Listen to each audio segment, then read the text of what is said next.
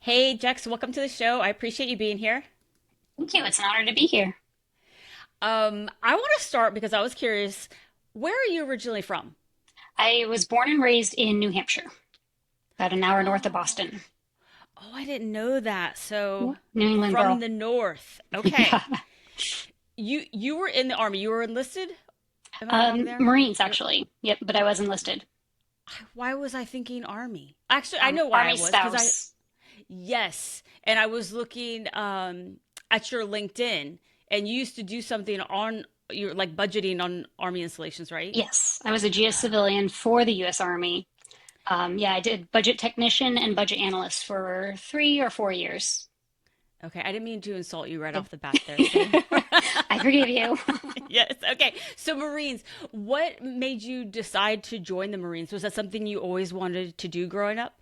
No, not really. There wasn't a lot of military influence in New Hampshire. Like, there's no bases or anything.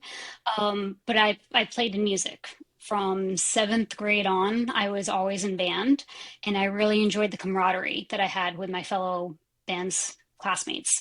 And I played in college. And when I graduated, I went on to my master's in education. But I really missed feeling the community of playing music with other people. And as I was a student teacher in a high school, there was a Marine recruiter who came to talk about the Marines Enlisted Opportunity Program, MEOP, and talking about how great it is to perform in the Marine band. And I was like, that sounds really cool. And so I talked to the recruiter, did an audition, qualified, like did all the health stuff, and enlisted into that MOS to be a Marine musician. I did not know that. You know who else? Did you know that Rob Moore? You know, because he's been on the show too. That I don't I know if you know think which we've had a band. conversation. I believe he played trombone. I think actually, and he's gonna kill me listening to this because We'll just cut this I off. had him on the show and I had the wrong instrument and now I can't even remember. He corrected me. I want to say it's classical guitar or classical strings or something like that. Okay. So I'm gonna have to look that up and put it in the show notes. What instrument Rob plays because he's told me like a bunch of times I can't remember. But okay, so what instrument did you play? Euphonium. Okay. It is a low brass instrument that looks like a tuba but sounds like a trombone. Okay. Is that what you played in high school? Yes. Yeah, I started on trumpet and then switched to euphonium. Oh, wow. So would you say that's like a lot of people play that instrument or not? No. Okay, No, it's so it's it's an unusual and most people have never heard of it. Some people have heard of a baritone horn, which is very similar, like a trumpet or cornet are similar. But there's like differences in shaping and a slight difference in sound. oh wow. I bet the Marine Corps was really excited. Not only that you met all the physical requirements, but you played a unique instrument that they probably needed. Yes, there's only two per Marine band. What? Really? Yep. Oh, that's super cool. I'm just glad I asked that question because I had no idea you were in the band. And no idea. I'm not going to remember the name of that instrument. I'm going to go ahead and tell everybody listening right now. That would be a quiz you and Rob can always get me with is like, I'm going to fail. Like, what instrument can you play?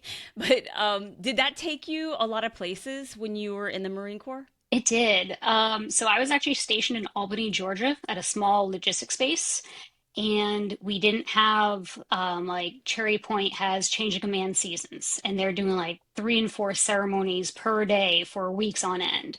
But we didn't have a whole lot of active duty, and we did, morning colors and things, but our performance schedule was more wide open than most of the other bands, and so we did a lot of traveling. We played for Mardi Gras parades in New Orleans. We Oh, did wow. Fiesta Week in San Antonio. We did Marine Week Boston in 2010 and Marine Week St. Louis in 2011. Um, One of the coolest gigs we did was performing on Liberty Island in New York for a naturalization ceremony as people became US citizens on the 4th of July. That's super cool. Yeah. I bet I those, always get tingles just remembering how amazing that was. yeah, that's the cool thing about the military, or I think is the ceremony and the traditions, and the band is absolutely in every branch a big part of all of that stuff, the tradition, the ceremonies and things like that. So I can only imagine that that one was like super special on Liberty Yeah. Island. That's super cool. Well, it's super neat. I keep saying super, I don't know why. It's neat to learn what you did in the Marine Corps. So I'm glad I got your branch of service and your career field straight.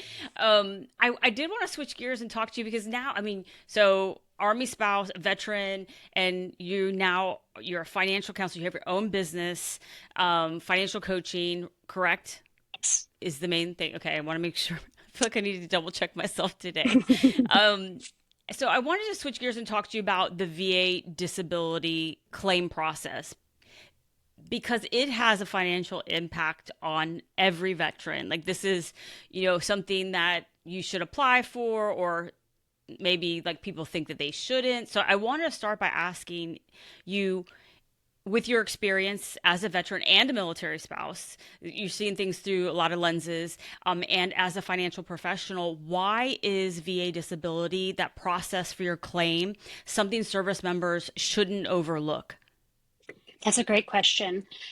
A lot of people think, well, I'm not that broken, or I can tough this out, or I'm not broken enough to rate a disability.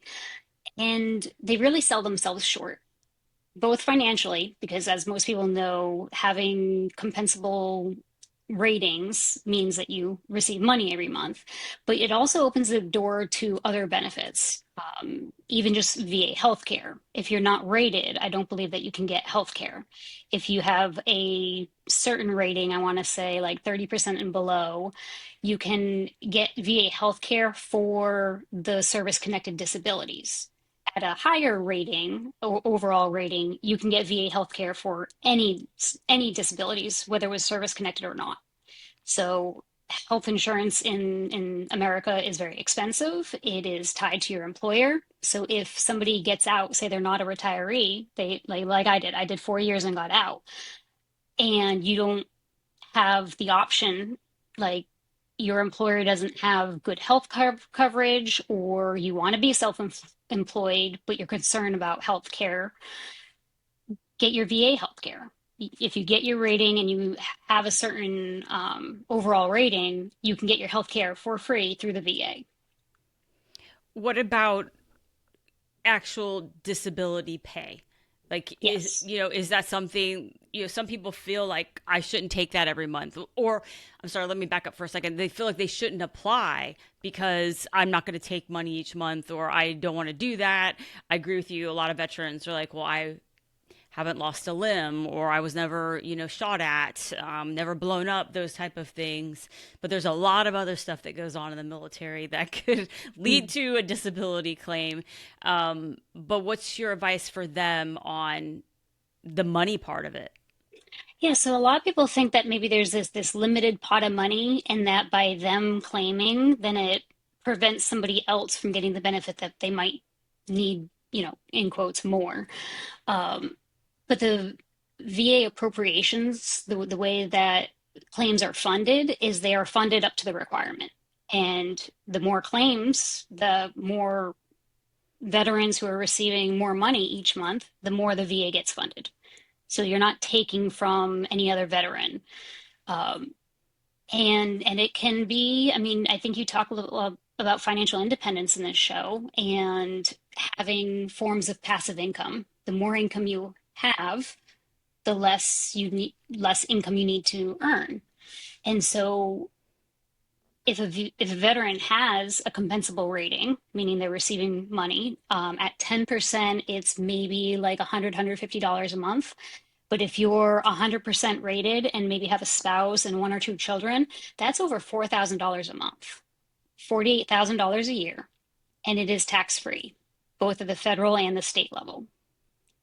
So if you have low expenses, if you spend less than $48,000 a year and you get 100% rating, you're instantly financially independent. You do not need to work for a living.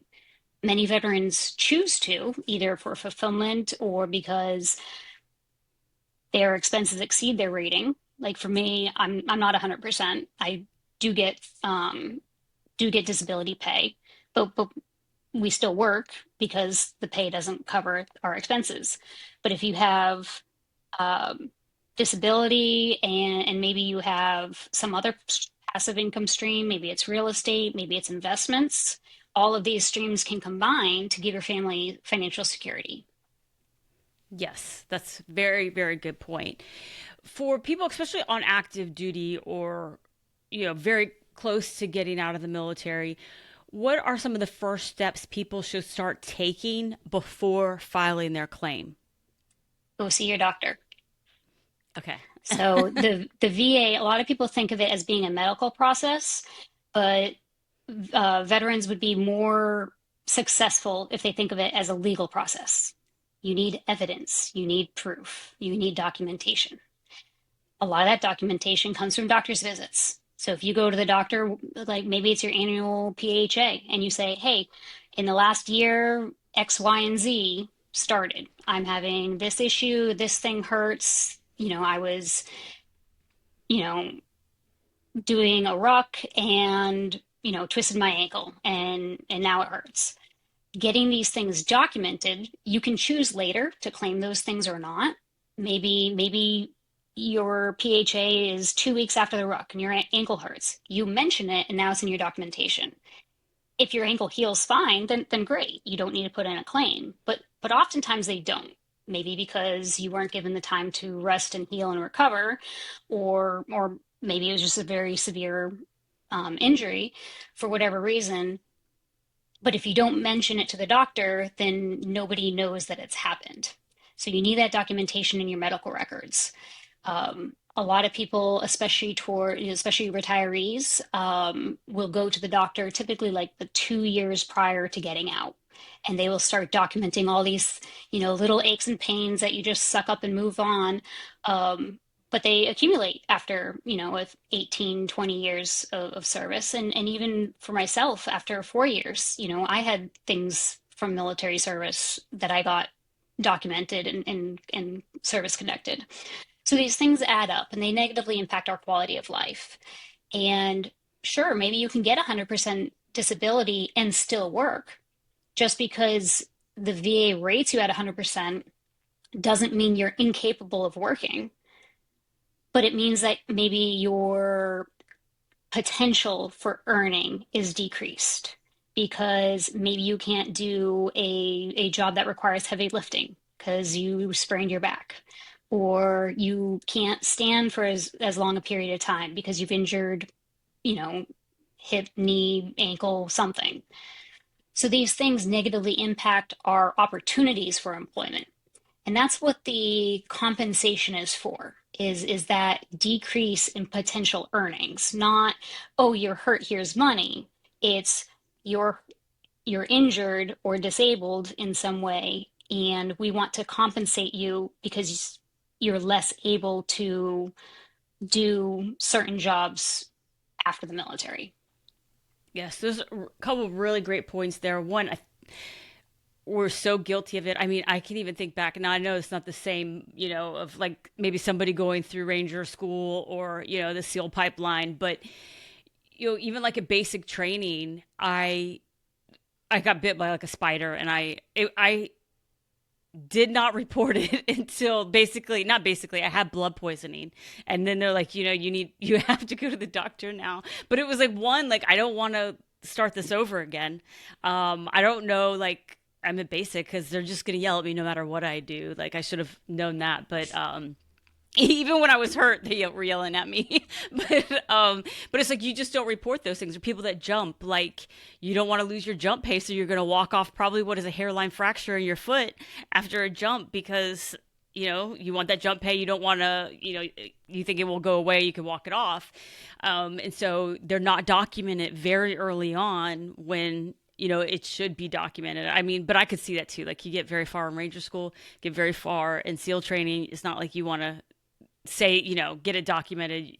You're not encouraged to do that. But the other point too is that there are a lot of things that happen during military service that does impact your ability to earn. I think about so many veterans that have, PTSD and can't really drive or be in large crowds because of experience they've had with explosions and things like that. So it's those little things you don't realize later. Like, no, you're not going to be able to probably get your CDL because you have anxiety, and seeing trash in a big public event, that's difficult for some service members or veterans, but that is something most other people wouldn't realize. Like, that is because of all the things like IEDs and those things, that scared people, and they have memories about, it does impact your ability to earn.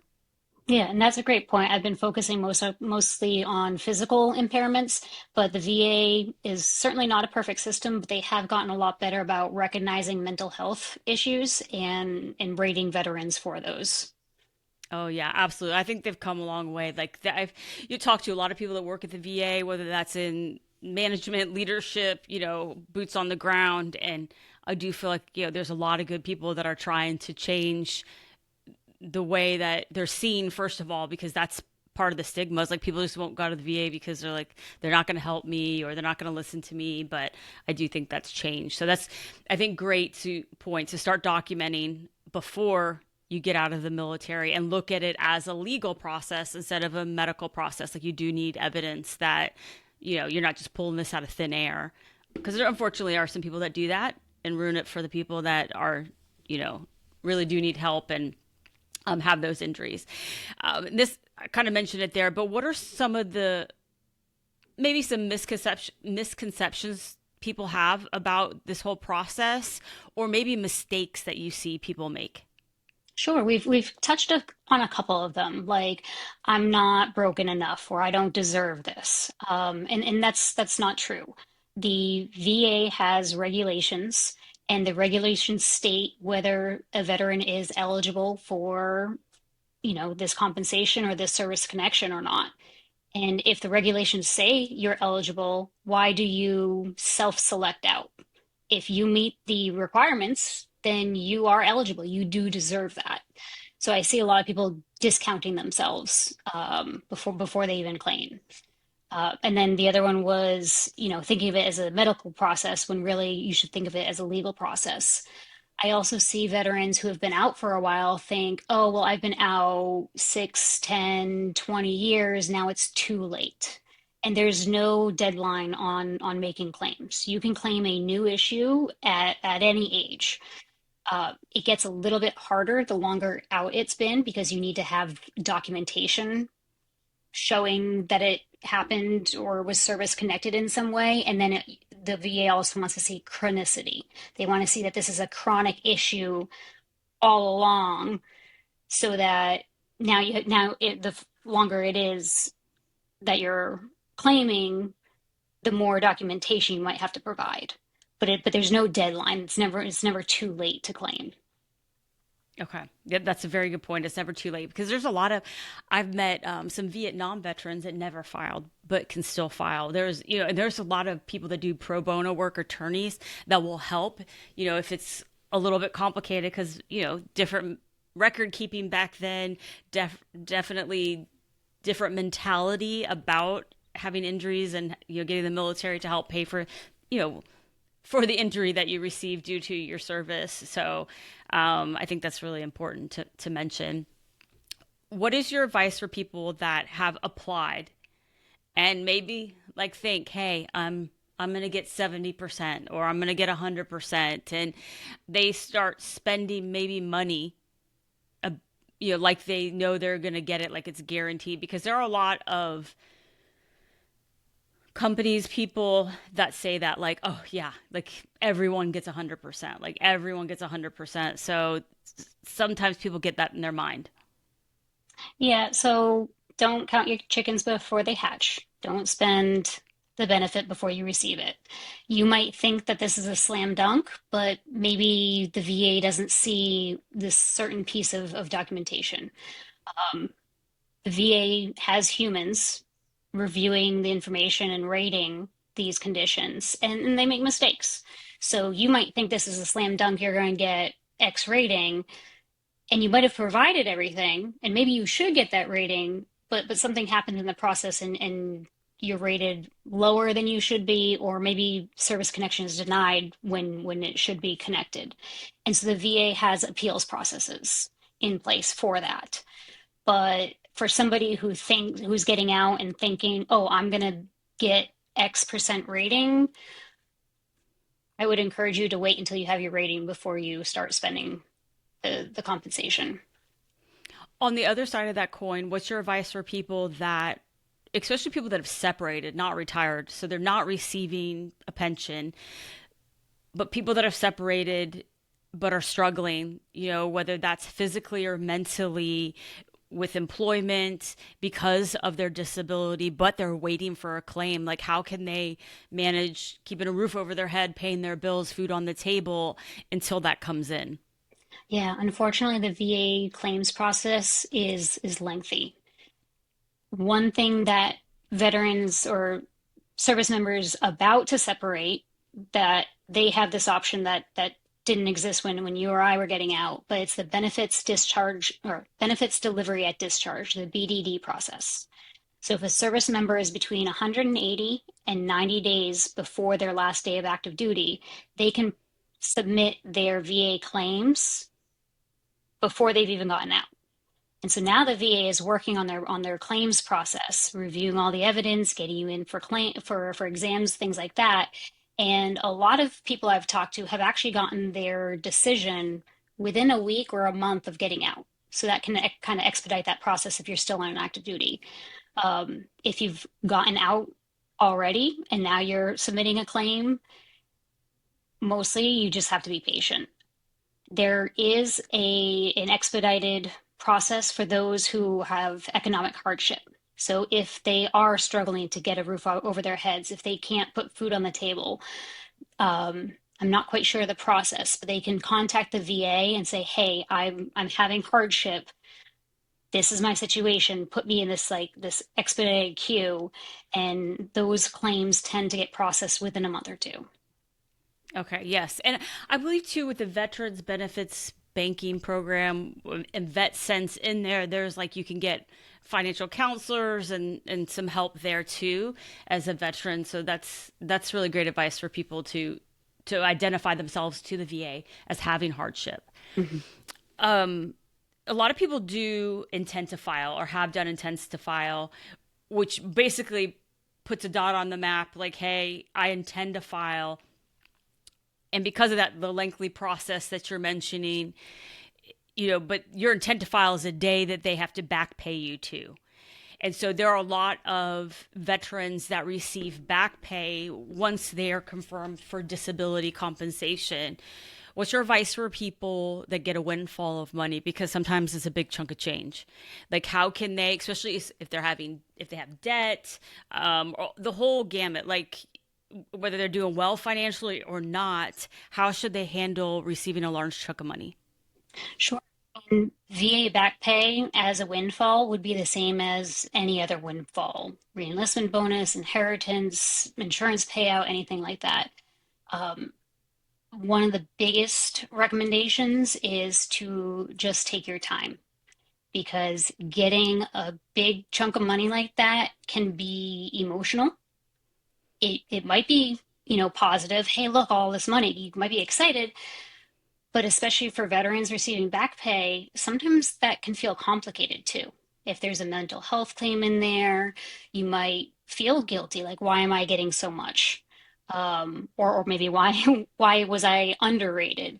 And so money is not just numbers. It's not dollars and cents. It is emotional. And a lot of people have a lot of emotions around money. And so any big chunk of money can be intimidating. So take a deep breath, pause, and know that you don't have to, decide what to do with it immediately. You can take a step back and make a plan. That plan should look at both short-term and long-term goals. So as you mentioned, if you have a lot of debt, and it depends on the debt and the interest rates. So if we're talking credit card debt, then that's usually a good place to put money, because credit card interest is greater than you're going to receive if you put it into savings or investments. If it's mortgage or car loans or student loans, those are typically the interest rates are much lower than credit cards. So then you kind of have more options on like what's most efficient to do mathematically with your money. But yeah, just mostly looking at your personal goals, maybe your family's goals. If you're married, have children, maybe your children are getting ready for college and you want to put that money aside for them. Or maybe you need a car for your new job, or maybe you want to buy a house now that you're no longer PCSing every few years. So there's no one size fits all because personal finance is personal. But taking a look at both your short term and long term goals, and then taking that time to make a plan that fits your goals. Yes, it's a very good point that either way, receiving back pay can be very emotional. Whether that, is like, hey, they didn't give me enough. Like I'm hurt, for whatever reason, like your injuries, mental, physical. But then on the other side, like, it, could be like, hey, it's a lot to process that I maybe did have this hurt and I got the money and it's just a lot, or there's this guilt feeling and that is sometimes it's hard to process. So I like the idea, like, just hold up, like you can let this simmer. You don't need to like take an action with it just now. I mean, maybe if like you're in collections or something, but it can be it's a lot of money, but it's just a lot to process. Yeah, it can be. Some veterans find it validating that the VA has recognized that yes, these exist, yes, they impact you. But as you said, like some people feel survivor's guilt, especially if it's PTSD or an injury sustained in combat, and maybe you already had survivor's guilt because of the incident, and now here you are getting money years later for that incident, and so yeah, it can be complicated, can be very emotional for different people. Oh yeah, was recently at a conference in the DC area, and had a great opportunity to hear. I forget his last name. His name's Salvatore or Salvatore. He's a Medal of Honor recipient, an Army veteran, and he talked about at one point he literally gave away his Medal of Honor. He's like, I don't want this responsibility. He's like, every time I see it, I just see 25 dead friends. He's like, that's, like it was very hard for him to process because there was a lot of financial benefits that come from being a Medal of Honor recipient and same, compensation, those type of things. And it's just a lot to process. Like, yes, you have this, it's a huge honor, but it's still like how he got it, he's not okay with that. Yeah. But I think they're like, basically, you can't give it away. We'll just keep sending you another one. Like, it's not, but he basically, he not just gave it away. He actually gave it away to the commander of the unit that he received it, from, that he was in when it happened. So I just think that a lot of times people don't realize it in the moment, like, especially like military life, you're just going through, you're doing the thing. Next up, like, what's the mission, what's the next training or whatever it is. Same thing with like getting out. Got to do the paperwork, got to do the checklist, out process all these things. And it's like, do the VA claim process, do all the paperwork, submit it, go to the doctor, but you don't really ever take the time probably until you get the money. And it's like, okay, well, now, now I gotta, go through this. So it's, I think as a financial coach, you're seeing people that um have all of that baggage, not baggage, but just past, and then also too their future to weigh when you're making a plan for them. Yeah, it can be a lot. Um, yes, yes. Okay, so what is one thing that you wish every veteran knew when it comes to this claim process and their financial future? Like something that just is overlooked, or it might be a little tidbit, or just a thought process.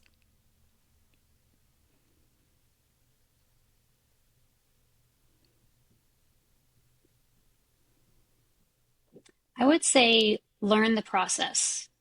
Everything that you need to know for the VA claims process is available online. It's a lot of information and it's regulations, which are never fun to try to interpret, but the information's out there. And if you don't have the time or the energy, or even mental capacity to learn the process, find a VSO, a Veteran Service Organization, and they are trained in the VA's process. So there are people out there that are available to help. And like some other things, nobody cares about your claim more than you do. So take the leadership, take the initiative, research the conditions that you feel are applicable to you, and you can find the ratings online. So if you have X, Y, and Z symptom, you can go see what that compensation, that rating for that condition should be, so that when you do get the decision back, you can decide, like, is this right? Was I accurately rated or not? And then you can make the decision whether to appeal or not. Um, but just the information is out there, and VSOs are available to help.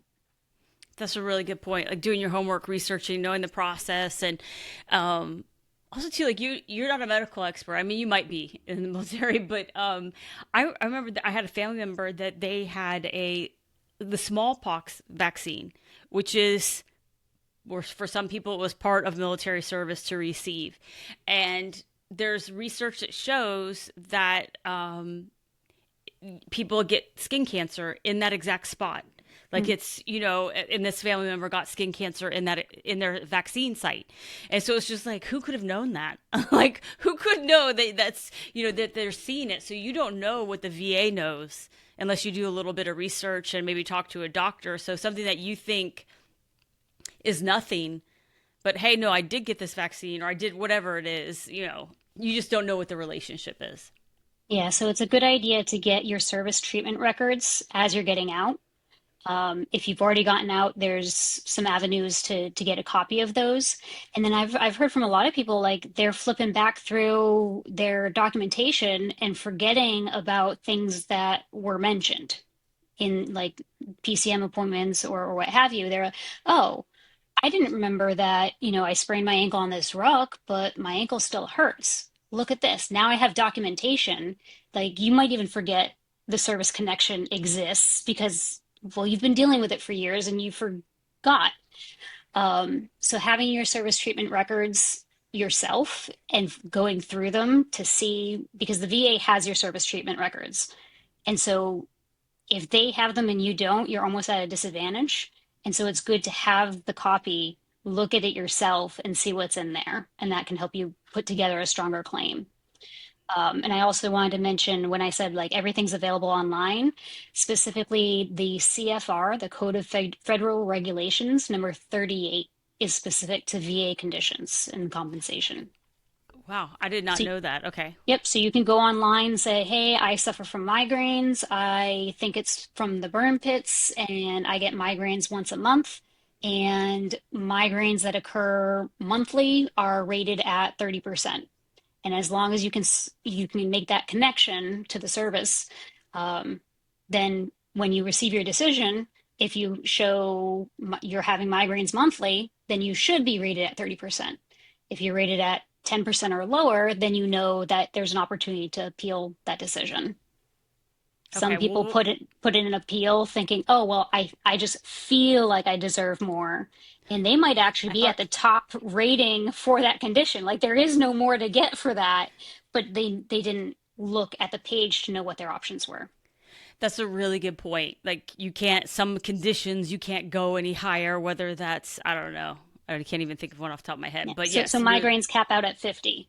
So if oh, you get okay. 50%, and you think, oh, well, I should get 60 or 70 or 100. Well, that the migraines cannot be rated higher than 50%. The law doesn't allow it.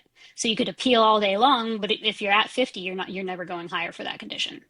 Yes, we'll be sure to link to that in the show notes for everybody so they can see that. But I interviewed Dr. Paul Lawrence, who's now the undersecretary of the VA, and he's been on the show twice. And that was, one thing that we talked about is, you you can feel it in your heart, but like that's kind of where it's at, and that's a good point that it's by law. But yeah, there's just a lot to the whole process.